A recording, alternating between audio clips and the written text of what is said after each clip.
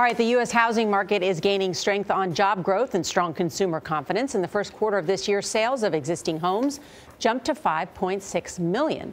That's up 3.5% from 2016 and the best performance in a decade. Online retail estate giant Zillow is reaping some of the rewards. The company announced record revenue of more than $245 million. In March, it had an all-time high of nearly 180 million unique users at its 6 websites and apps.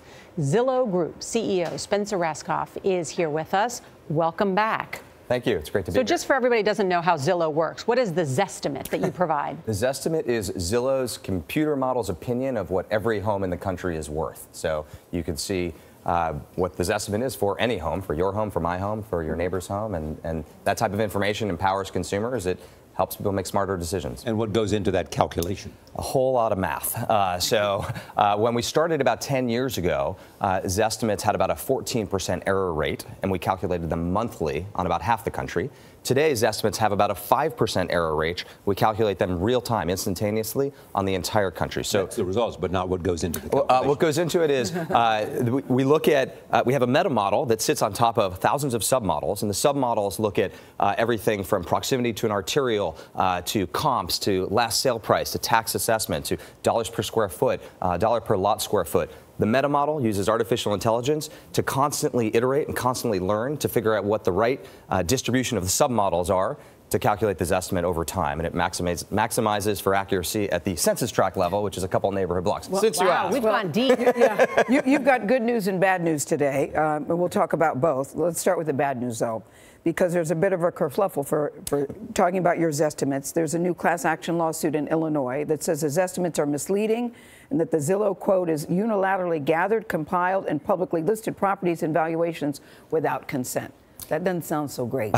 For prominent companies always have kerfuffles. You know, Zillow is by far the most widely used real estate site by a mile, and so the estimates are prominent, and not everybody will always agree with them. But ultimately, what a home is worth is what a buyer will pay for it. So the estimate is a great starting point. It's really good information, but every home is worth what a buyer will pay for it, and somebody applies human judgment on top of this. You're not so concerned about that? I'm not. It's a frivolous lawsuit, and it's without merit. Okay, so we'll be following that one. Yeah, so how are you trying to improve the Zestimate through competition? So today we're announcing the Zillow Prize, which is a $1 million contest to try to unleash the scientific community's creativity and computational power. And the idea is anyone who can improve this estimate will win this $1 million prize. And other companies like Netflix, and in fact, I think even just today, Governor Cuomo announced a prize to try to improve subway safety and subway efficiency. This is a tried and true way of trying to really unleash academic input. So you're going to give somebody $1 million if they can come up with a better way. Yes. To how you do your Zestimates. Yeah, so a bargain to me. Yeah, yes. Well, yeah, I mean, there have been so many advances in the last 10 years. You just think about cloud computing, for example, and artificial intelligence.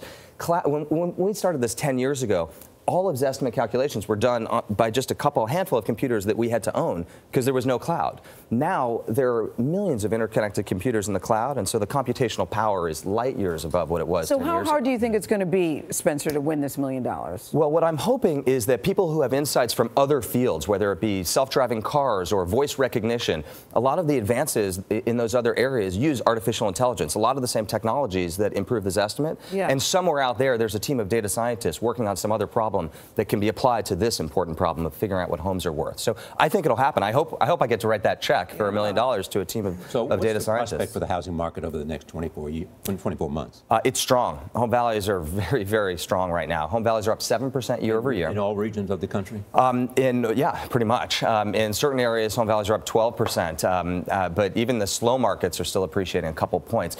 We're now back at peak value. So home values peaked in 07, huge decline. We're now back past that peak. But it's not built on a foundation of sand. You know, previously, home values appreciated to that high level in 07 because of a credit bubble. Now it's inventory constraints. There just aren't enough homes for sale. And so it's a much healthier recovery now than in 07. Something tells me you're going to have to write a check for $1 million, Spencer. Something tells me you're going to have to write a check. I hope so, too. Pen's ready. All right. Thank you.